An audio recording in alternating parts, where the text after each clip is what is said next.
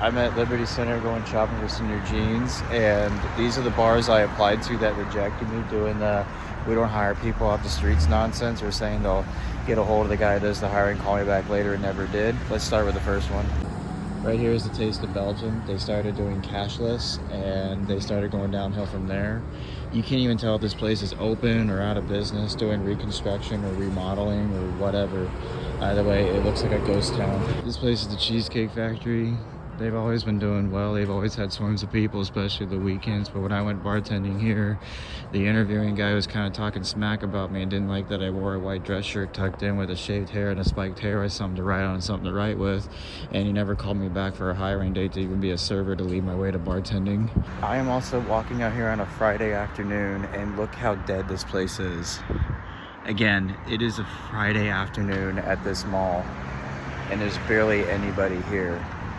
I remember years ago, this place used to be jumping full of people left and right, taking walks and buying stuff with all the foot traffic, but now it's dead. So right where I'm walking now is the place I last bartended at a year ago, and I already made a story about this video, but I will do a recap of it real quick.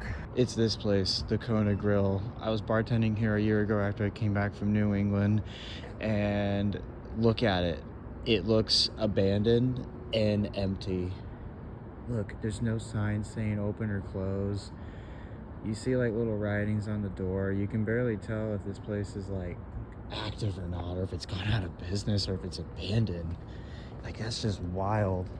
So I just walked by it, and there were a couple of staff in there walking around, but there was no customers in there and no ads or anything in their front door. It literally looks abandoned and empty on the outside until you get real close to it.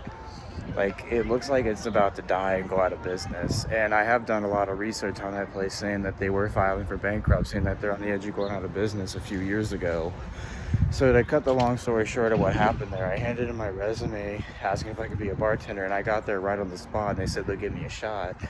And they were still having a hard time training me properly because I was doing twice over the same amount of pay. And they were doing this nonsense saying they only want to keep you for a week and basically get rid of you like they do at the other place I worked at. But I managed to stay there. And there was a lot of discrimination there too in the end. But on my first day off training, which was a Thursday, which is like the worst day there apparently, or something like that, what the staff say, there was no manager there to open the store, and I had to open the bar all by myself, waiting for a manager to do some kind of test or whatever. And I ended up opening it by myself, and when I was checking out customers, I realized I didn't have a POS number. So there was that. That just shows how great their training is. So after week 3, when I met corporate, shaking their hand and stuff, they for some reason didn't like me and took me off the schedule in email and not ask me why. I was off the schedule for the next 3 weeks. And so I asked them, do I still have a job here? Am I fired? Did I do something? And they didn't answer my question. And when I went and asked why in person, that was when one of the managers there took me to the back and started yelling and screaming and discriminating me, like I was saying earlier. They didn't like the review that I wrote them, basically saying what I experienced there and how they would treat me and train me poorly. They were also saying stupid things like I was blacklisted in the whole area. And it's like, everyone around you is busy except for you. So after that, they were saying things like, I don't have a job here anymore. It's like, well, yeah, I can see that. That's why I'm here to ask. Never answered my question. And they were begging me to delete the review. And I was like, nope. I instead wrote them another one saying how I come back here a year later and it looks abandoned and empty. Even today, it still looks exactly the same. That's the thing all these bars and restaurants have in common. Their training is poor. They don't set you up to win. There's no leadership. And they take you off the schedule without any kind of explanation, and they discriminate you when you do say something or do something different or try to be better. But when you look at all these bars and restaurants, they're a dying industry. They're dying like flies left and right outside of the tourist areas like Boston and Miami. So as I just got my new jeans that I usually wear when I'm playing guitar, there was one part I forgot to add about the place I used to bartend at. So the food was basically mediocre, but they charge high prices for it. I remember when I was serving about customers of 2 or more with appetizers, drinks, and meals, it was like $150 for 2 people. A lot of people would think, oh, the tip's gonna be great. It's not. Despite tips being split by 50%, they didn't tip very well, probably because the meal was too expensive for inflation.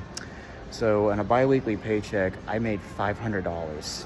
I'm not making that up. A bi-weekly paycheck was $500 when I was bartending there for the 3 weeks before they took me off the schedule.